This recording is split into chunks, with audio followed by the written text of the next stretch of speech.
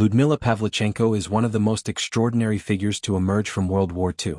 A young Soviet woman who became the deadliest female sniper in recorded history, Pavlichenko achieved 309 confirmed kills, more than most male snipers of the war. Revered as a hero in the Soviet Union and respected internationally, her story is one of courage, precision, and quiet defiance in the face of unimaginable violence.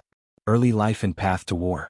Born on July 12, 1916 in Belyet-Tsarkov, Ukraine, then part of the Russian Empire, Lyudmila Pavlichenko was raised in a working-class family. A spirited and determined child, she was drawn to shooting as a teenager and joined a local shooting club, where she quickly distinguished herself. Before the war, she studied history at Kyiv University and trained in marksmanship as part of a paramilitary sports program. When Nazi Germany launched Operation Barbarossa in June 1941, Pavlichenko, then 24 years old, was among the first to volunteer for military service. Despite skepticism from male officers who suggested she become a nurse, Pavlichenko insisted on joining as a sniper.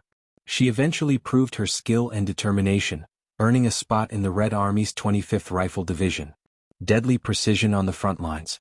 Pavlichenko's career as a sniper began on the southern front in the battles around Odessa and later Sevastopol in Crimea. She quickly gained a reputation for deadly accuracy and nerves of steel. Her targets included enemy snipers, officers and machine gunners, high-value soldiers whose removal weakened German units. She often worked in pairs, lying motionless for hours or even days in concealment.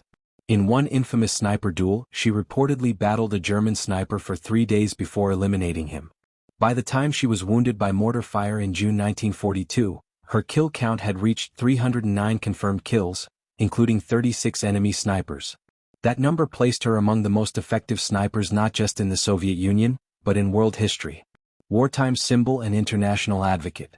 After being wounded and withdrawn from combat, Pavlichenko was sent on a goodwill tour to the United States and Canada to build support for the Soviet war effort. She became the first Soviet citizen welcomed at the White House, meeting with President Franklin D. Roosevelt and forming a strong bond with First Lady Eleanor Roosevelt.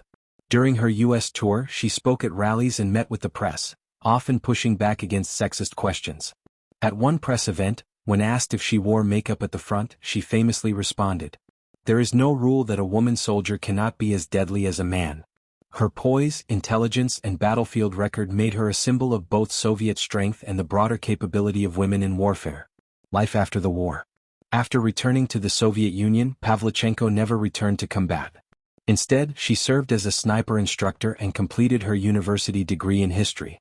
She later worked as a historian and held various roles within the Soviet Navy and veterans organizations. Despite suffering from lingering wounds and the emotional scars of war, she remained an iconic figure throughout her life. She was awarded the title Hero of the Soviet Union, the country's highest military honor, and received the Order of Lenin twice. Legacy.